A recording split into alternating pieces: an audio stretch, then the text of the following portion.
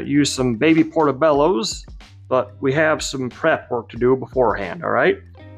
There we go. I have about, half a tablespoon or so right here. You can go up to a full tablespoon if you want to. I'm also gonna do about a tablespoon of olive oil.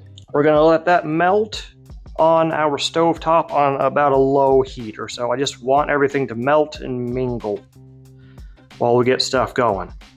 We're gonna take the stumps off and we're gonna wash off the cap, all right? So I'll speed through all that.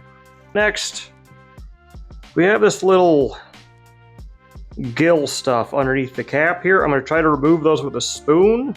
All right, apparently that'll change the color of our cheese at the end. If it's too much of a pain in the butt, you can just kind of leave those. And there we have them. It wasn't too hard to remove that little membrane. There you go. But like I said, I don't think it'll change the flavor. It'll just change the way they look at the end. All right. You're gonna need a clove of garlic. We're gonna crush this guy into our butter and olive oil mixture. And we're gonna let it cook until you can start to smell that garlic going. I think that'll be like a minute or two. We're gonna have this on a low, by the way. Low heat.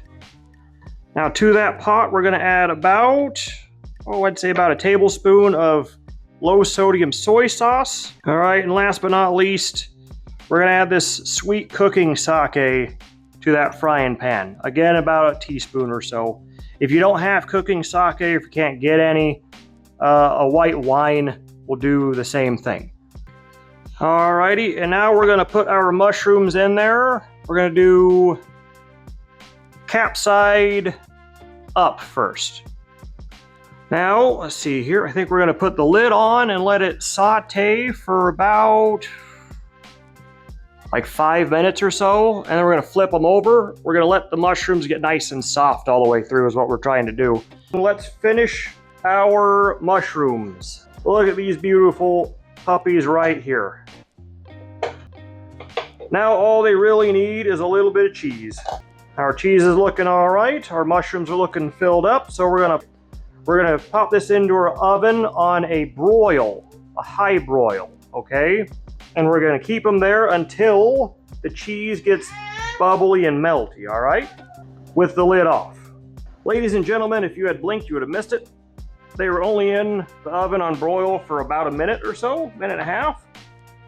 And that thing browned up quickly.